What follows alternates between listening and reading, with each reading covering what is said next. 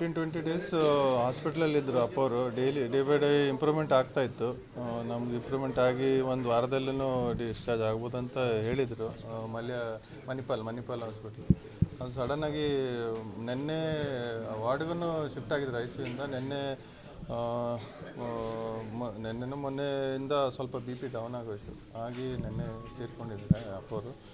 ಹಾಗಾಗಿ ಅಲ್ಲಿ ಮಾನ್ಯ ಮುಖ್ಯಮಂತ್ರಿಯವರು ಹಾಗೆ DCM ಅವರು ಅವರೆಲ್ಲ ಬಂದು, ಪ್ರಿಯಾಂಕಾ ಖರ್ಗೆ ಅವರು, ಹಲವಾರು ಜನ ಬಂದ್ಬಿಟ್ಟು ನೋಡ್ಕೊಂಡು ಹೋದರು.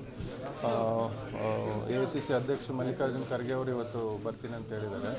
ಆಮೇಲೆ ಮಾನ್ಯ ಮುಖ್ಯಮಂತ್ರಿಯವರು ಮತ್ತು DCM ಅವರು ಎಲ್ಲರೂ ಬರ್ತೀನಿ ಅಂತ ಹೇಳಿದ್ದಾರೆ.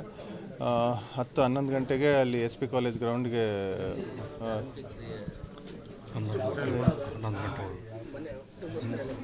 ಕುಟುಂಬಸ್ಥರು ಸೇರಿ ಪೂಜೆ ಮಾಡಿದ ಮೇಲೆ ಅಲ್ಲಿ ಶಿಫ್ಟ್ ಮಾಡ್ತೀವಿ. 11 ಗಂಟೆ ಅಷ್ಟೊತ್ತಿಗೆ 11 ಗಂಟೆಯಿಂದ ಸಾಯಂಕಾಲ 4-4:30 ಆದಮೇಲೆ ಮೆರವಣಿಗೆ ಮುಖಾಂತರ ನಮ್ಮ ಅಂತ್ಯಕ್ರಿಯೆ ಅಪ್ಪರಿಗೆ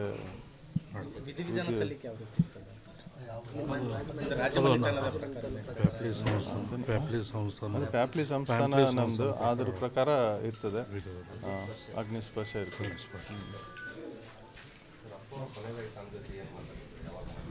ನಾವೆಲ್ಲ ಕೇಳಬೇಡಿ, ನಮಗೆ ಬಗ್ಗೆ ಕೇಳಿದ್ರು ಅಮ್ಮನ ಹತ್ರ.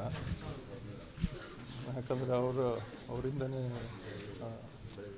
ಅಷ್ಟು 2 ಡೇಸ್ ಹೇಗಿದ್ದಾರೆ ಬರ್ತೀನಿ ಅಂತ ಹೇಳಿದರು. ಸ್ವಲ್ಪ ಲೇಟ್ ಆಗೋಯಿತು. ಅವ್ರ ಮಗ ಪ್ರಿಯಾಂಕಾ ಖರ್ಗೆ ಅಜ್ಜಿ ಅವರು ಬಂದಿದ್ದರು. ಅವ್ರ ಬಗ್ಗೆ ಕೇಳಿದರು ಅಮ್ಮನ ಹತ್ರ.